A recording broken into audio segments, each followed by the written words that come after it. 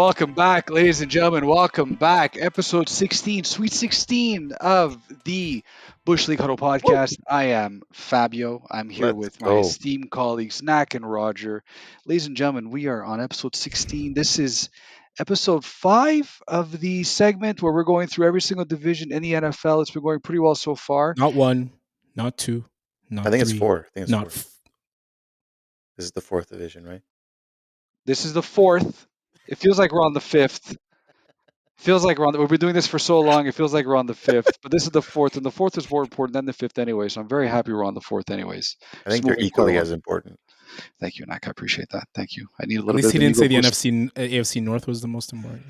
That's true. Last week was the most important one. Okay, No, we did the NFC East. We did the NFC East. Yeah, okay.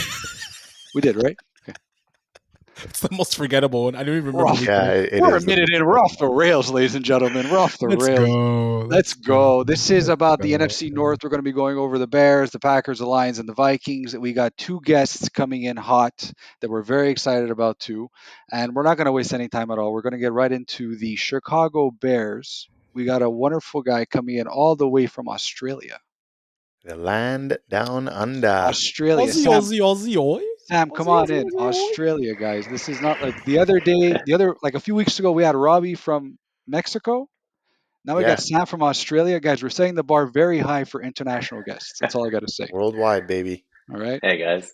Thanks for having me on. Thanks for coming on. Thank you for coming. Thank you for taking the time. I think it's like 10:30 in the morning where you are right now. So yeah, it is. Don't mention your employer on the pod. It's fine. We're gonna keep it rolling, okay? But thanks for jumping on. Thank you for being here. I want to pick your brain about Keenan Allen, actually. New signing for the Bears. So new team, new offensive system. Also new rookie quarterback, which is very interesting. Yes, he has a lot to contend to with respect to targets when it comes to the wide receiver room right now. He's being met with DJ Moore, and obviously the Bears drafted Roma Dunze, who's supposed to be a fantastic wide receiver. Last year he finished. Yeah, I love him. He's a great wide receiver. Last year he finished as wide receiver 3 on a fantasy points per game basis. Keenan Allen now. Then he got injured and obviously didn't finish out the season, but still very, very good season. Currently, right now, he's being drafted as wide receiver 33 for PPR. So he's going right after Amari Cooper, right after T. Higgins, Scary Terry, Roger's favorite player, right before Jaden Reed, Chris Godwin, and Calvin Ridley, which totally makes sense. Just want to get your take, rather. Are we kind of too low on Keenan Allen? I mean, wide receiver 33. Does the new system and the new quarterback sort of limit his upside? Wide receiver 33. He's 32 years old now, so then again, Devonta Adams almost 32 as well. Comparable players in some way. I think when you look at Keenan Allen, you have to think about good players always play well no matter where they go. And Keenan Allen is one of the top route runners in the NFL, and he's been one of the top route runners for a very long time.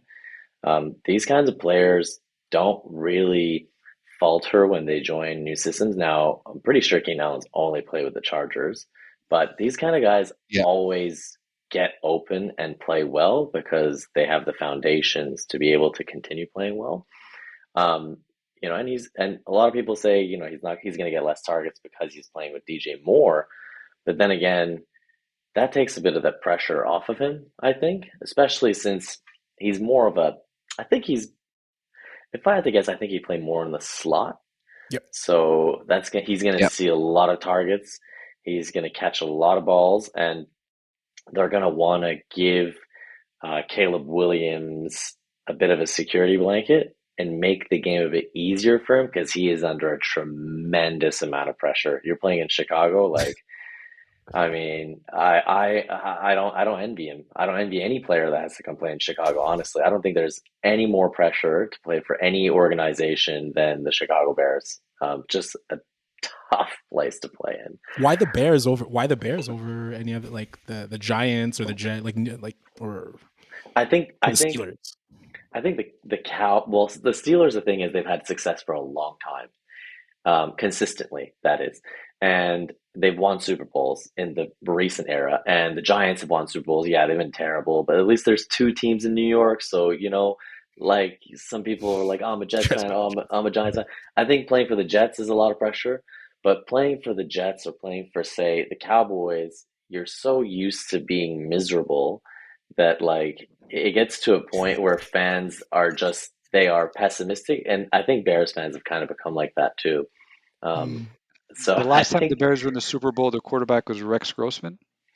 yes, and Devin Hester Yeah, scored the Oh opening God. kickoff touchdown. Yeah. Yeah, I've been yeah, looking for a Sam, QB for a we while, man. watched that yeah. Super Bowl together, and it was very hard to watch that Super Bowl with you. I'm not gonna Yeah, lie.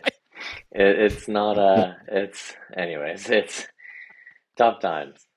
Man, I'm pretty sure Rex Grossman threw 3 interceptions that game. I'm pretty sure Peyton Manning threw 2 as well. To be Yeah, he fair, did. Yeah, it to be was a fair to sloppy Rex. game. It was It Yeah. was rainy raining. game. Yeah. But So I anyways, so I guess you're not super low then on Keenan Allen. You still think he's going to carve out a role within that offense because he might act as a security blanket for Caleb Williams. So from a slot perspective and maybe a PPR standpoint, maybe wide receiver 33 is a little bit too low. I think it's definitely a little bit too low. You have to think about it this way. He's going to have a chip on his shoulder, right? The Chargers didn't want to pay him. They wanted him to take a pay cut. He's in his last year of his contract. They wanted him to take a pay cut, and he said, "I'm not taking a pay cut." And they were like, "We can't afford you." So they traded him to a team that was willing to give up a pick. I think it was a fourth, and they got something for him at least. And the Bears add more weapons to that wide receiver room. And at the end of the day, he's 32. Last year of his contract. This is probably the last contract he'll ever get in the NFL. So he has to ball out, and I think he knows that. If you're playing in a PPR league, definitely draft him higher than 33. I think if it's half PPR, that'll be a bit tougher because he won't be as touchdown reliant. You're going to have guys definitely like Rome, guys like Cole Kmet are going to be red zone targets. Even Gerald Everett, who's brought in to be the backup to Cole Kmet as well, who could easily be a starter in any team. And obviously, you got DJ Moore, who's a premier wide receiver. So I think at the end of the day, Keenan Allen's going to come in and he's going to compete hard for targets, and he's going to play for his career pretty much. So yeah, that second contract may actually be with the Bears. So that next contract, sorry. So I mean, you never know with these things, right? He's always one injury away. I feel like Keenan Allen's he's a little bit of an injury prone Not a player. bit. No, not a bit. He's Soft very hamstrings. he's very Very Yeah, okay. soft hamstrings. Yeah, he always has Okay. hamstring injuries. I Let's think not he's. beat I around think the he's bush. questionable. I think he's questionable the whole year. He's always got a Yeah, Q pretty next to much. his name all year round. I Yeah. Yeah. I I counted his last since 2020.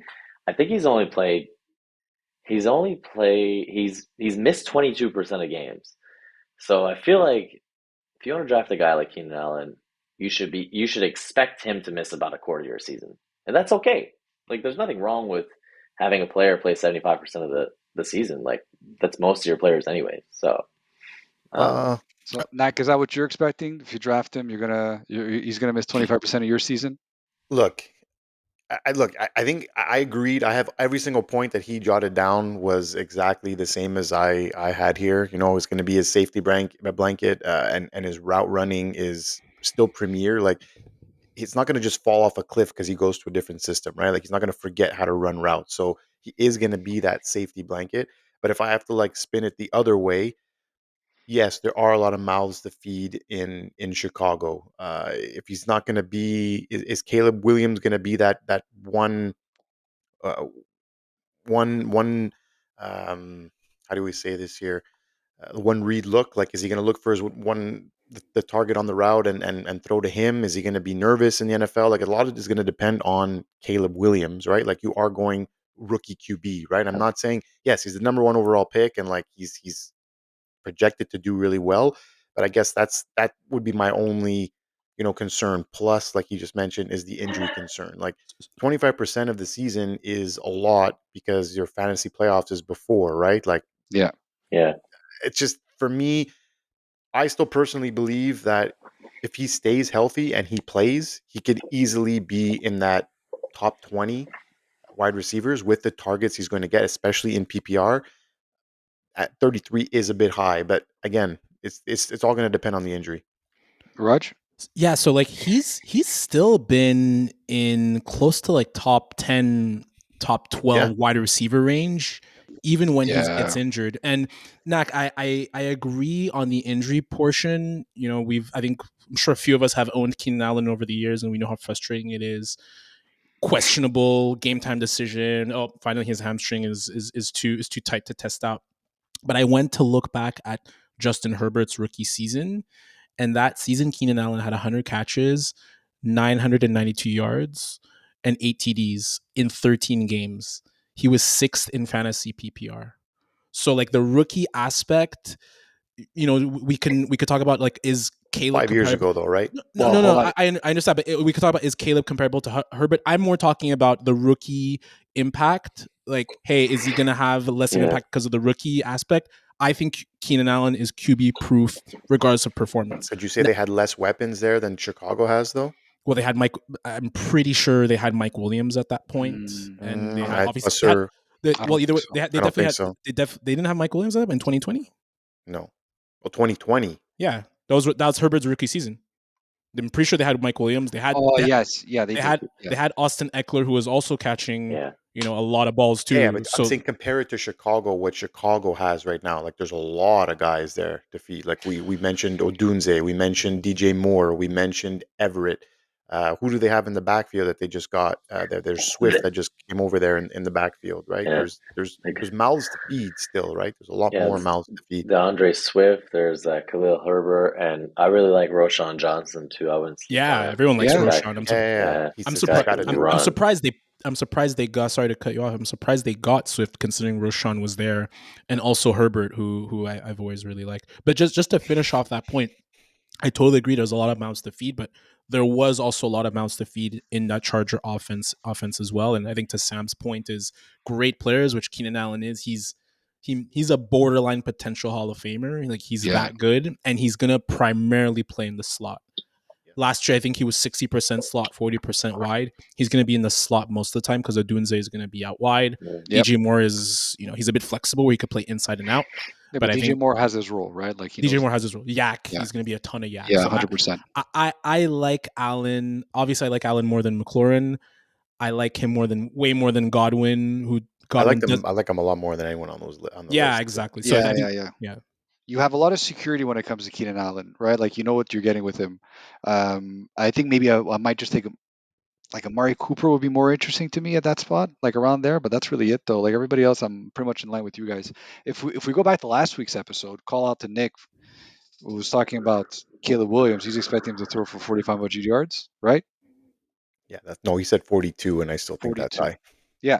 So just to say, maybe he's onto something, and maybe Keenan Allen can definitely outperform his wide receiver 33. But I think Ryan, excuse me, Ryan said 4,500. Yes, he did. Pardon me, Ryan. I think he said 42 or 4,500, whatever it was. Is that? But he was bullish though. Like he was bullish. But like we've been saying this all season, Caleb Williams is in a very good spot to succeed in that offense. Like he was very well surrounded. He is very well surrounded. 100%. And if 4,200 yards is a realistic expectation, like sign me up for Keenan Allen buying at 33 as a wide receiver, because I think it's going to be much more optimistic than not in that respect. I wonder why he's going so low, like so high. Injury scare, new system. I think the fact that he's 33 is either scaring a lot of people too, and the injury history. The injury history too, because Sam made a very good point. You're not going to get a full season out of him, like you won't. So you have to take that into consideration too. But Sam, being the super fan that you are with the Chicago Bears, do you have an in-season prediction for how they're going to finish? And I'm going to hit you with a curveball here. Do you have a stat line for Caleb Williams? I'll go with the in-season prediction first. I think I'm looking at their schedule now. Look, they're playing the Tennessee Titans division and the NFC West, which is a lot weaker now outside of San Francisco. I think. Don't sell the Rams short. Yeah. Or the Cardinals. You got Marvin Harrison Jr. over there. Who knows? Yeah, fair enough. I mean, we played Arizona last year, and Arizona was terrible. I don't know. I haven't really. They were because I was I'll be totally honest. I was hoping that the Bears would lose every game towards the end of the season, and the Cardinals were doing everything they could to give us wins. Like, I mean, at that it was they were going backwards at one point. Look, I think the ceiling, considering rookie QB, if Caleb Williams plays decent, I think the ceiling is 11-6. I think 11-6 Wow. is very possible. I mean, Wow. That's a we could tough be division, 7-1 man. at one point. I'm serious. We play the Titans, the Texans. We'll lose to the Texans. Then the Colts, Rams, the Panthers, and the Jags. Then we have the bye week. That's 7-1? They could, and then it's, I'm not kidding. After the bye week is the Commanders, the Cards, and the Pats. They could be 9-1. I'm serious. They could be 9-1. Okay. How's the water in Australia? Oh What's my in God! there? I think it's time for another coffee, Sam. Jeez. And Wow, Wait, 9-1. wait. Not Aussie rules football. No, Like, dude, yeah, those guys are crazy, man. I'm ready to put my mortgage up and then some. That they will not be 9-1. Mind you, it's a really, really good defense. Like, Yeah. this is a very good defense, right, Sam? Like, the Bears defense. Yeah. I'll be honest. I think the Bears defense are a bit overrated. That D line is really soft. I think people outside of Montez Sweat, who plays defensive end, or outside linebacker, I think outside them, the middle of our D line is a second round pick from last year and a third round pick, and I just don't know how well they're going to play. Like, we're one injury away from just total collapse on defense. The secondary is really good.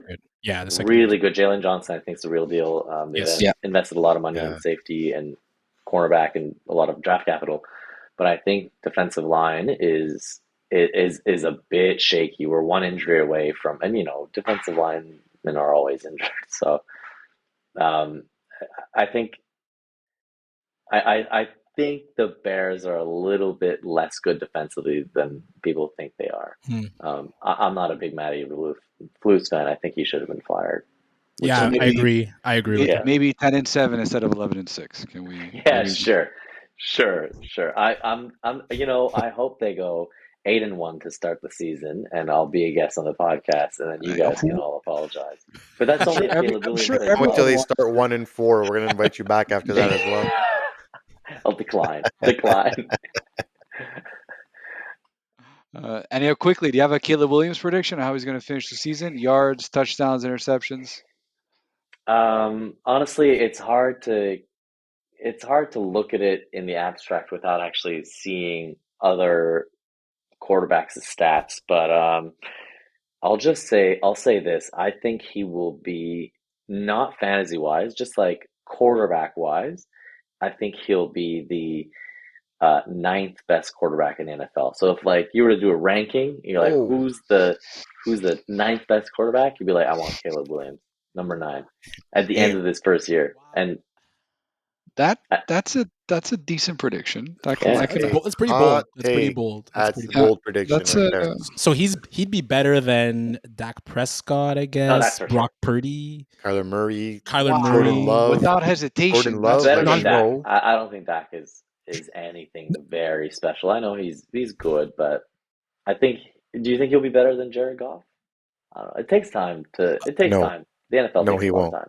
Well, if you wanna slam Jordan Love, now's the time. But but in the abstract, you're like it depends on the impact too. Like I could see to Sam's point, I could see Caleb having a bigger impact than Jared Goff because of the splash plays, the big time throws that he can make, maneuverability in the pocket, like just pure maneuverability in the pocket. Goff does not have it, and he'll never have it. But he doesn't need to have it. Yeah. No, he does. He's very bad under pressure. Very bad under pressure. What I mean is that he does work that offense pretty well. But that's another point of contention, though. That's another point of contention. Jared Goff was left to dead a couple of years ago. Like people were like they should cut him at that point. He was terrible. So I mean, look how far he's come out. But all this to say, Sam, thank you very much. We Nah, gotta keep it rolling on the podcast right now. But your very bold prediction of 11-6 is something we're not going to forget. Let me tell you, eight we're and gonna one keep to start the receipts on I that. season. think the 8 8 and and 1. 1 to start the season was We're much. gonna keep Yeah, receipts on that. We're wow. gonna keep receipts Caleb on that. better than Dak and Jordan Love. My God, I love it. my God. I See love you You gotta it. guys. mail him some stronger coffee. Sam, thank you so much for taking the time. Enjoy the Thanks rest so of much. your Thanks, Sam. Appreciate day. it. There's a Thank you, whole day Sam. ahead of him. It's like he's in the future. Yeah, It's great. 11 a.m. It's fantastic. See you Thanks, guys. Sam. Take care. All Take the care. best. Bye. Wow. That was that we got a serious prediction on our hands right now. But I like all the points about Keenan Allen. Very astute observation. That was really good. But ladies and gentlemen, we're going to continue with the astute observations right now because we got a Packers super fan who's going to come online. Sev, let's do it. Let's roll. He's going to be speaking about Mr. Jordan Love. How are you, Yes. Sev? How are you, Sev? What's up, Sam? Amazing, but we have to check Sam on every single thing he said to bring him back on or something. Like Jesus Christ, 11-6. Holy! I haven't No, no. seen a good Bears team almost. I would say since me and Nacc started becoming friends. My God, pal. Wow. Wow. The Well, Bears listen. are gonna Bears. And that's The it. Bears are. It's okay. We've all. There is that one team in every division that has its struggles. Right now, it's the Giants, so I can totally understand that. But it's nice to be hopeful and let Sam Damn the Giants. have. Let me mute Knack. Let Sam have his optimism, poor guy. But Sev, Packers, Jordan Love. First of all, like he set the league on fire last year, but really was a bit of a tale of the two halves in 2023. I know that was his first full season as a full time starter. But the first 9 starts averaged about 223 yards per game, 14 touchdowns, 10 interceptions, 58.7% completion percentage. Last 8 starts, 268.8 yards per game, 18 touchdowns, 1 INT, 70% completion percentage. Like he Not added bad. about another Not bad. 247 yards on the ground, 4 touchdowns too. Like Love it. loaded wide receiver core right now. The addition of Josh Jacobs.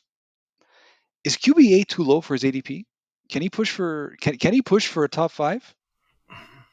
Honestly, it depends. Like he had such a good running game last year when he exploded in the second half. In the first half, Aaron Jones was injured.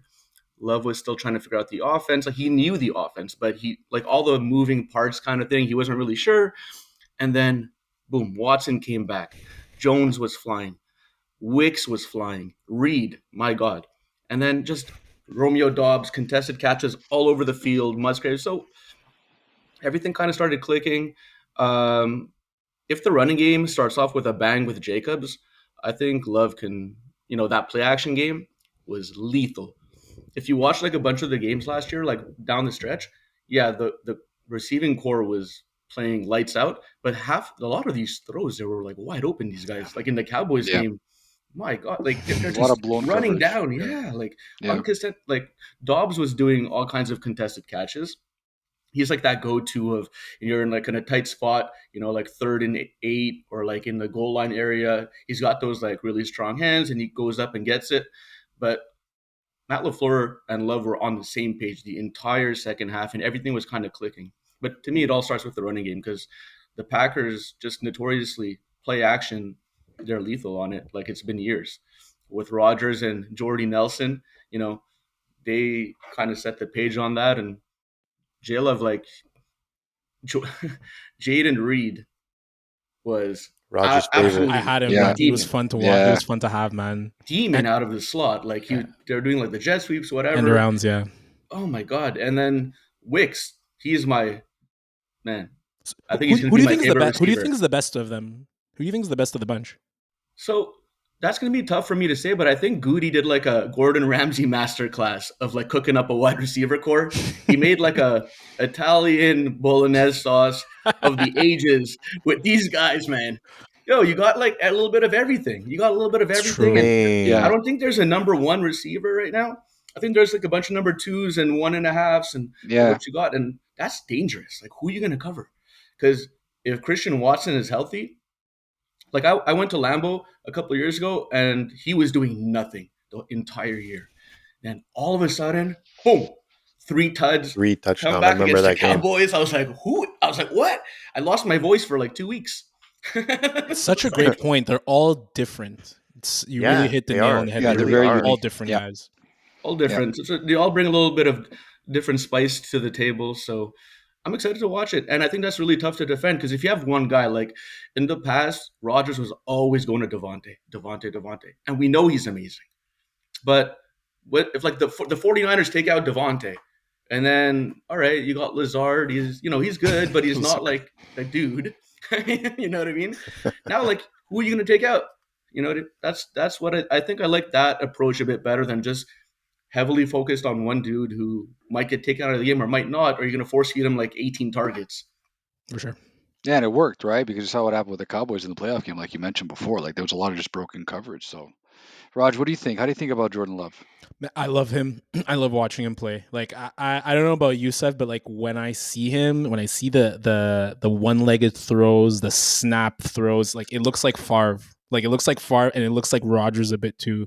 When the play action cucks it back, like throws it deep. So I love watching him play, and I think it was LaFleur was probably happy because with Rodgers, he wasn't really, and correct me if I'm wrong, but he wasn't really able to run the offense how he wanted to. And Jordan Love came in and they actually ran the offense to a T versus kind of Rodgers freestyling it the entire way. So I think just the fact that he mastered it, he was behind the bench for such a long time. And I think you saw the wide receivers growing before our eyes. Like they started out as they're still a super young core. And as the season went on, they learned with him, they learned with Love, and I think he trusted them more and more. So I think from a fantasy perspective, I would take him over Hurts and Richardson personally because I think his throwing is way better than both of those. 100%. I just think the rushing aspect is what dings him down. But as a pure thrower, I think Love has the top 5 potential. If you just look at the passing stats, I think he'll be there in top 5. And then like they have the fourth. The only thing maybe to worry about is they have the fourth hardest strength of schedule, 2024 versus 2023. But man, the talent's there. Like, and don't forget the tight ends, Musgrave and Kraft. Like those guys are going to eat too. Yeah, for sure. Yeah, for sure. Yeah, Nacc, but like you're saying, the schedule, but they did dismantle the Cowboys on the road, and then they should have beat the 49ers yes, at 100%. Candlestick, or at absolutely, Levi's, absolutely. Yep. whatever you want to call it now. So I think that like he's a gamer and he's shown it against solid and good teams, right? He's not just beating down these little teams and whatever, So he's got something to show for it. He's got that to back it up in his thing. So I think he definitely has top 5 potential without a doubt. Like I'm with you. I love Jordan Love this year. Hopefully his second half numbers keep up. And Peyton Manning didn't rush a lot, right? And he was always at the top of the leaderboard in fantasy. So, and with all those wide receivers, with all those, and you just mentioned the tight ends. That was my last point. Is don't forget the 2 tight ends that he's got, young tight ends. I easily see 40 TDs this year for Love. Like easily could happen. As long as he doesn't hold out, right? Well, we'll He's not see. going to hold out. We'll see about that. He's going to be the highest paid. He's going to be the highest paid. Yeah. It must be so fun being a Packers fan, going from Brett Favre to Aaron Rodgers and out of Jordan Love, and then we have the rest of these organizations that can't find a quarterback. You throw one right at them. Yeah, exactly. Like it must be stopped nice. asking myself, how do they do it? And I'm just enjoying the ride, bro. They do it right. One of our first episodes, we talked about how the Packers sit their quarterbacks for like 2 years. And you saw it. Like when Jordan Love was drafted, like everyone lost their mind. You have Aaron Rodgers, why you're drafting him for? And look how many dividends it's paying for them. Like it doesn't make any sense. Well, it makes perfect sense when you think about it. But something Raj said that I'd like to touch on because it made a lot of sense. Rodgers didn't run the offense exactly like LaFleur wanted to, because one of the biggest things that I noticed, and this could be just like geeking out on football sometimes, and I like watch a lot of Packer stuff, that Rodgers doesn't like motion. He just likes everything set, and he wants to see the field, and then he's going to make some insane throw that like 1.5 person in the entire league other than Mahomes back has shoulders, their entire life. Yeah. These crazy throws where you're like, okay, but you can't live off those. But he did, and because it's Aaron Rodgers. Love, they've been running like, I think like they're top 5 in motion in the league last year. And that is just, it's so difficult for a defense to stop. And that's why I think Love's ceiling is pretty high. his floor, like, I don't think he's going to go lower than like 10 or 12, to be honest. Like, even if the old line breaks down a bit, because he does those like off schedule throws sometimes, but he doesn't rely on them. Yeah. So I think that's why him running the offense, it's like suited for his skill set. He's going to be pretty good, man, this year. He's the best QB of all the coaches who run the Shanahan offense, in my opinion. Yep. Like, who are those QBs right now? Like, it's Purdy, Cousins. I guess you could say Stafford. Stafford would be like close second. Yeah. Yeah. No, those are all very good points. I mean, I've been super high on Jordan Love since the very beginning. Like, what he did to the Cowboys in the playoffs was really, really nice to see from a Giants fan perspective, but just in general, So that I can't really disagree with any of that. Sev, how do you think the Packers are going to finish though, as far as the season is concerned? They have a tough schedule for sure opening up. Can we talk about why the NFL chose Philly and Green Bay to play in a stadium where they can't wear green? Who missed the ball on that? That's so stupid. That's a question for Roger Goodell. We're still waiting for his representatives to get him on the pod. Yeah, we sent out a request, but it's pending.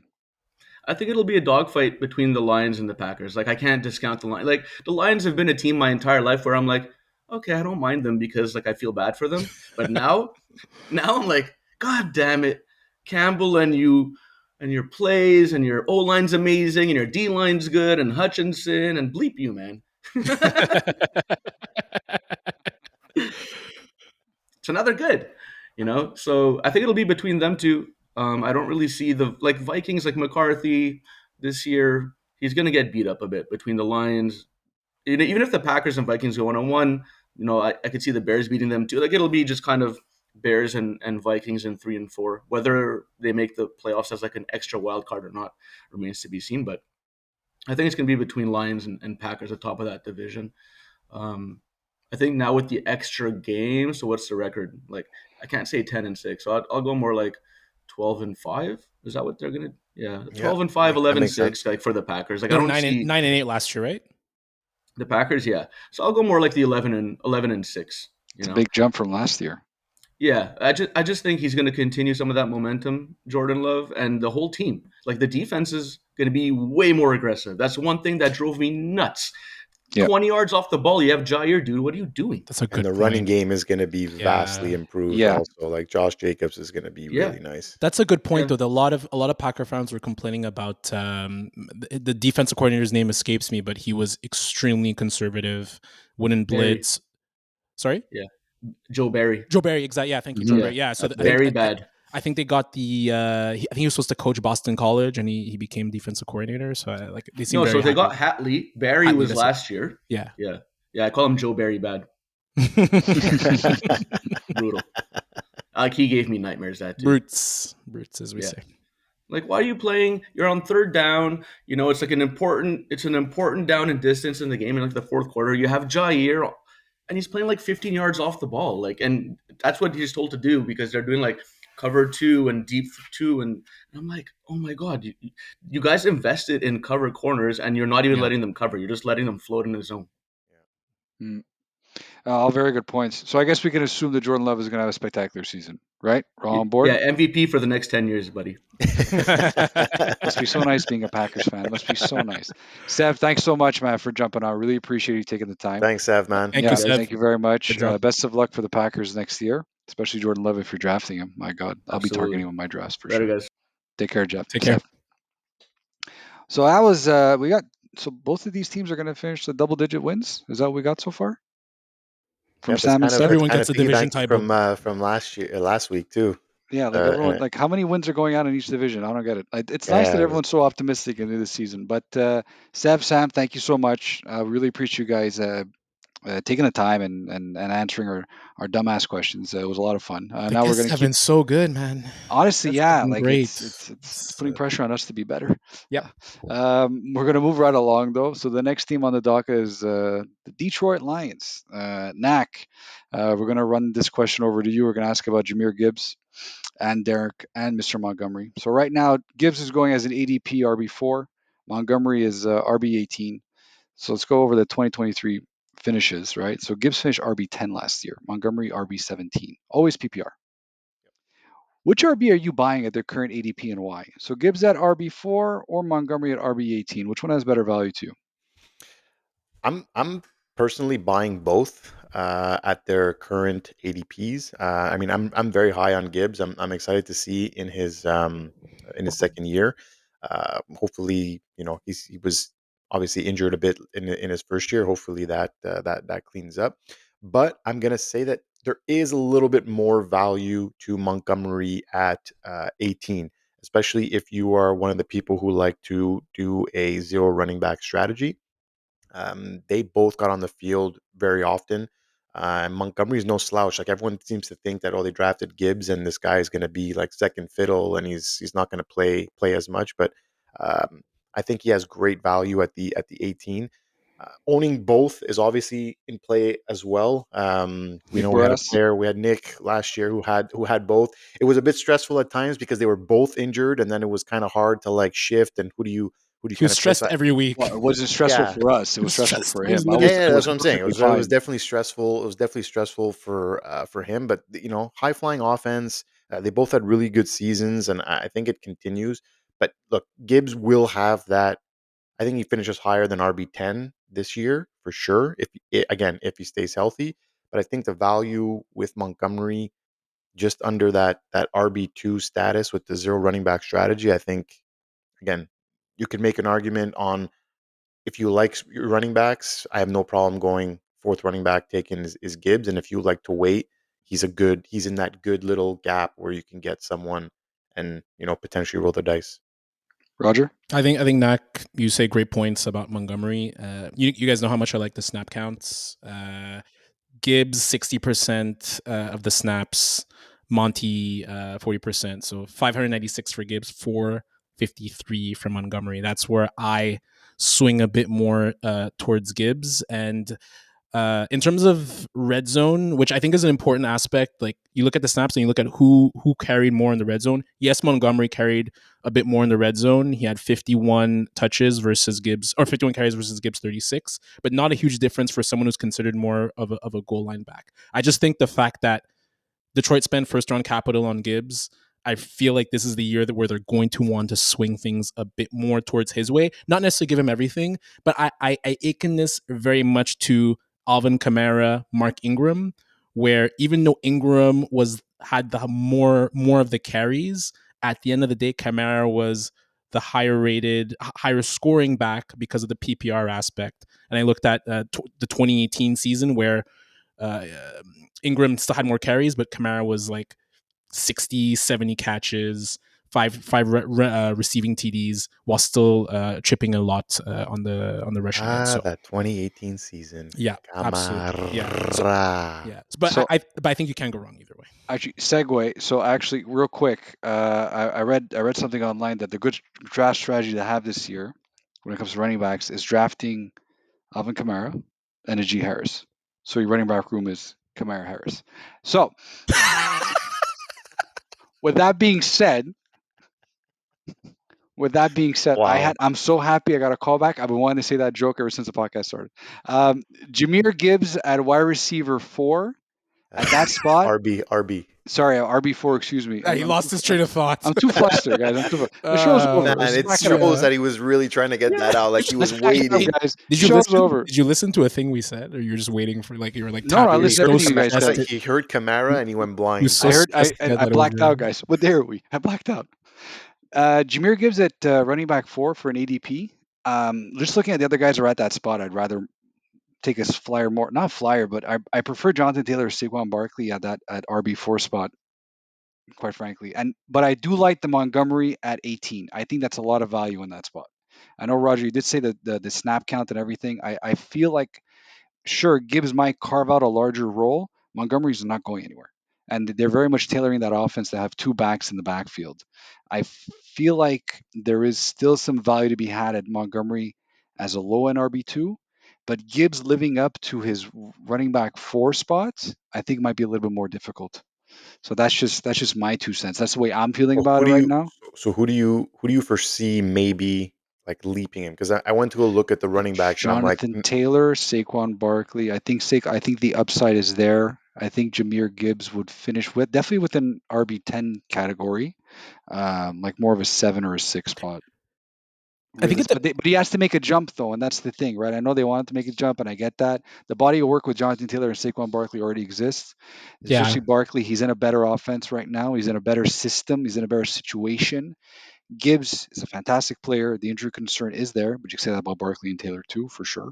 I'm just the likelihood of achieving that RB spot as RB4 and ADP, I feel like exists a little bit stronger with Taylor and Barkley than Gibbs for now. It's hard to push back on those names because Taylor and Barkley, they are swing for the fences type guys. Like they're league winners, so I can't argue with you on that front. Well, the way that I'm looking at it is that I'm at fourth spot. I'm picking a running back. That's Gibbs, Taylor, and Barkley. I'm leaning towards Taylor and Barkley. Probably leaning towards more Taylor than Barkley, but I'm leaning towards Taylor and Barkley over Gibbs. See, I disagree there because I want a home run guy. I really want a home run guy. I think I'm like I think I'd go Gibbs there. Like I'm this like I'm not that kind of strategy, but man, I like Gibbs. Gibbs does have that massive PPR upside though as well. Like he got 71 targets last year upside, too. and with Barkley, like Hurts can't throw to the running back. Great point. He doesn't throw really much to the running back, right? So I think for me, he overtakes him just because of that. And I mean Taylor, I got to see him with Anthony Richardson a little bit more to see what his catch upside would be. Taylor did end the season last year pretty well when he came back from his injury and his holdout and all that stuff, right? So that was he does give me a little bit more optimism. Yeah, you know something. It's a hard spot to be in. I'll be honest. I just want to add that's a fantastic point, Nacc. Rushing QBs tend to not throw the flats because it's easier for them just to run the ball. So that's a really good point on that front. I saw it firsthand with Swift. I thought Swift was going to be like a monster, and I thought he had potential for like 75 catches, and it didn't happen. And he was always open in the flat. Yep. And Hurts took off and ran. All very good point, guys. All very good points. Nacc, do you have a season prediction for the Detroit Lions? Yeah, last year they finished what? Was it 13 and 4? I believe. Give me just 1 second. I'll bring up the stats. I don't remember what it was, but I think they're going to take a little bit of a. I think they take a little bit of a step back. Wow. Yeah. I should have researched that more. But I think they're going to take a little bit of step back. I think they're still a playoff team, 100%. But I think you're looking more along the lines of 11-6. I think this year, especially with like. So 12-5. Okay. So they take a little step back. So 12-5. I thought it was 13, but 12. But they're still going to have double-digit wins, just like every other team in the conference in the division. Yeah, but I don't see the Bears having double-digit wins. That was. No, I don't. I think I see the Bears maybe at 9-8 or 8-9. Like I see that there's going to be growing pains. Yeah, that's real. I see that happening. I see it very close to 500. And I think the Lions, and look, that could be a win against the Lions, and I just think the Lions take a little bit of a step back. Like 11-6, I think is doable for them. Don't disagree with you on that. Well, listen, let's keep this podcast rolling right now. We're going to jump over to the very last team in this division. Last but not least, we're going to go to the Minnesota Vikings. Roger, the funnest team. Yeah, thanks. The funnest team. Don't give them double-digit wins, please. Okay, let's make it realistic. What are you talking about? Everyone loves the Vikings. What's their what? No, it's Skull. It's a skull clap. It's a skull clap.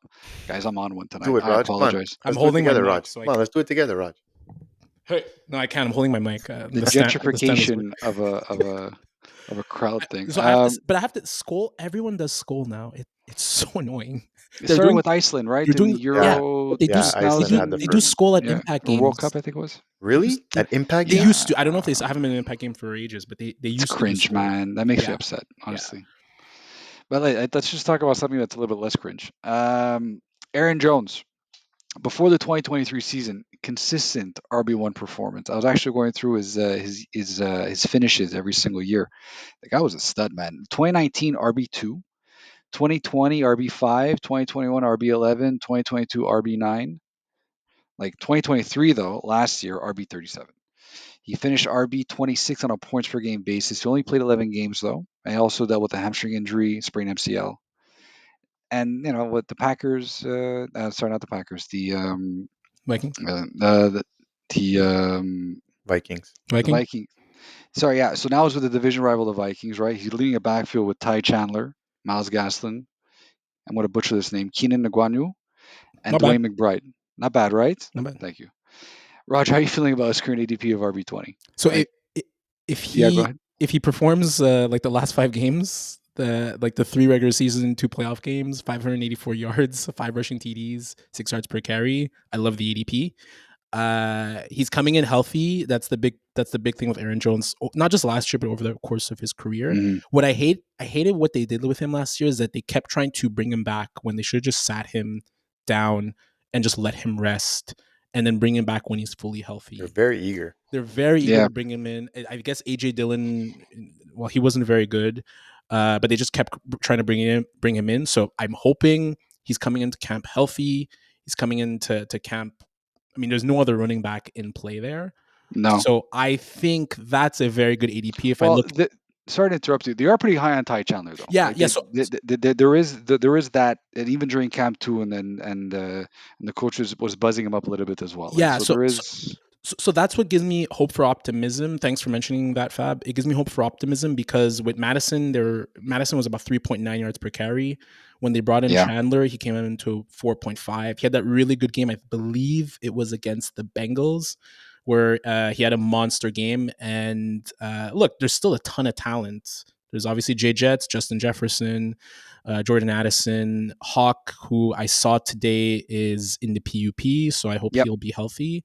And they have a really good, like a top 10 O-line according to PFF. So one other thing that gives me optimism is that they were 15th in loaded boxes last year. That's despite the fact that there wasn't, the QB situation was off, the running situation was off. The fact that Addison and Jefferson are there, it's going to still open things up for Aaron Jones. So I personally, I like him more than around that ADP.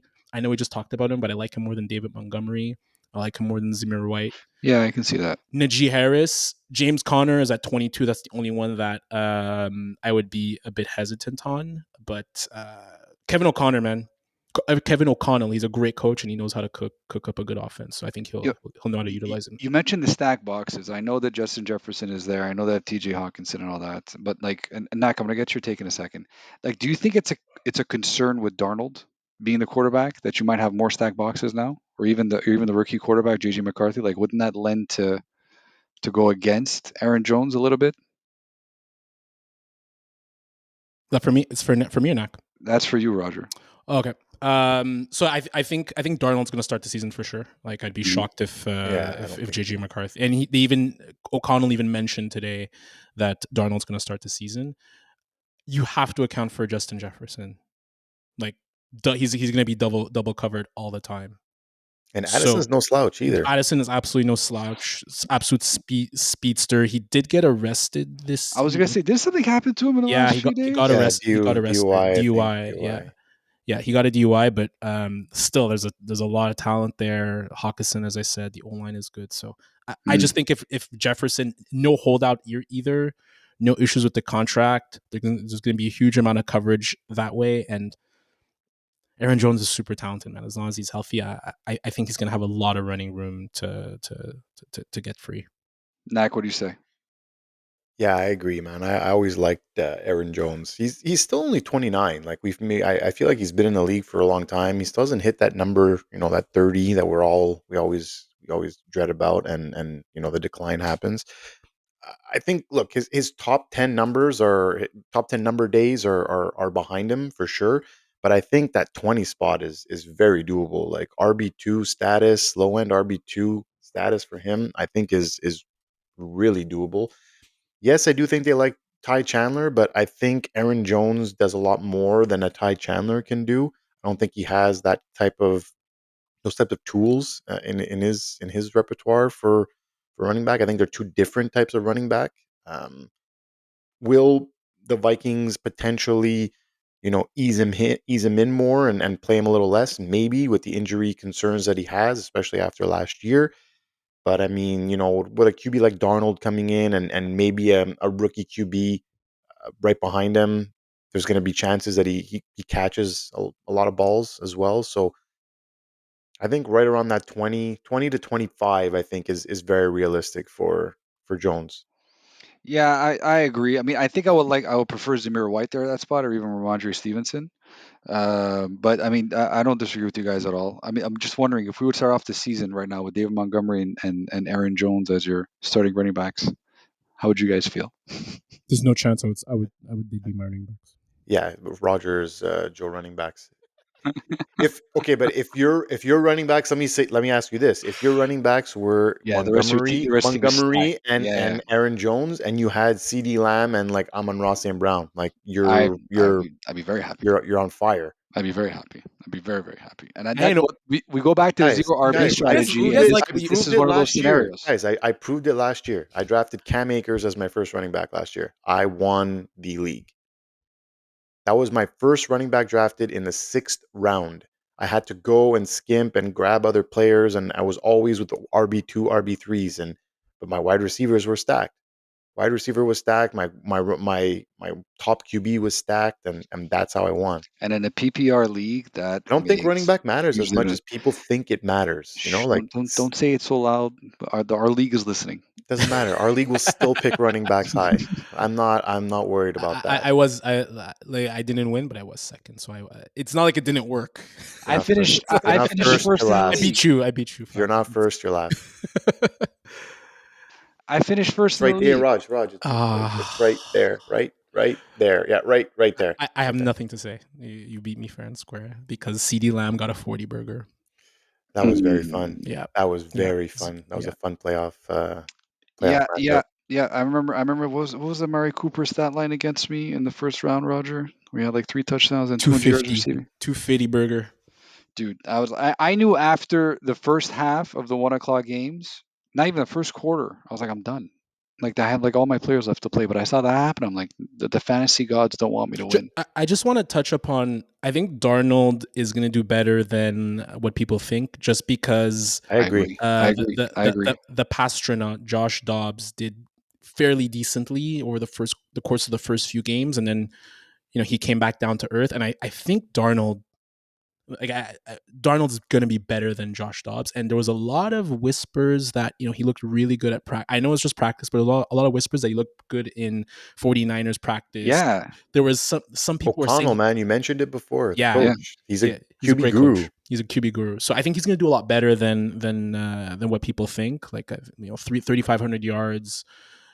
20 if he lasts that long, if he lasts that long, and maybe I'll segue to the prediction if that's okay, Fab. So I do see the Vikings as a 7-10 team.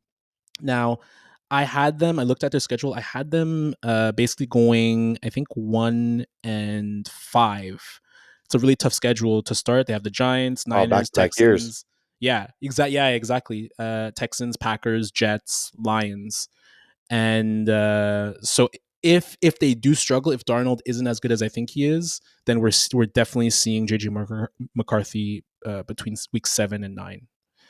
So after he's not gonna have a long leash like some QBs. The bye week, and typically rookies will come in like after the bye week, and their bye week is week 6. So I think 7 and 9 for once a realistic prediction on today's podcast for the NFC. Well, that was a very, very astute prediction and observation. I agree though. I think Darnold's a lot better than what people give him credit for. I think he can definitely navigate that offense, but I don't know. I would still have JJ McCarthy sit the whole season. I don't see any of the benefit of bringing him in even after the bye week, but that's just me. Like we saw how good it did for the Packers. I'm not saying he's going to be Jordan Love, but you kind of want him to percolate as much as possible. But ladies and gentlemen, that was our episode. I think episode 16 is in the books. This was a great pod, great one. I had a little fumbles, but it's okay. We got a good joke in there. Kamara Harris, right? Okay, guys. It was good one time. Yeah, I don't know. You didn't have to repeat it. and killed it. Can you find a way to use? Can you find a way to use Joe Biden in the football reference? No. Does he have a favorite team? We never spoke about him. Who's Trump's favorite team? It's probably the Eagles. He's from. He's a PA. Probably doesn't even know what football is. No. The Jets. Do you think he's a Jets fan? He's a Delaware guy. No, he's a New York Giants fan. Just like he's probably a Yankees fan. Just probably he's like a Knicks fan. He's all the big New York teams fan. Talk about Trump, right? Like he wouldn't be anything else. Yeah. Or he's a Patriots fan because he's an American Patriot. Oh boy. Make America great again. All right, guys, this has been fun. Episode 60 in the books, ladies and gentlemen. Thank you so much for tuning in. We really appreciate you guys being here with us. Thank you to our wonderful guest. It was great. Please follow us on all the social medias, the Bush League Huddle podcast, wherever you listen to your podcast, wherever you watch your videos, always on YouTube. Thank you very much. Thank you for coming out, ladies and gentlemen. Peace out. Goodbye.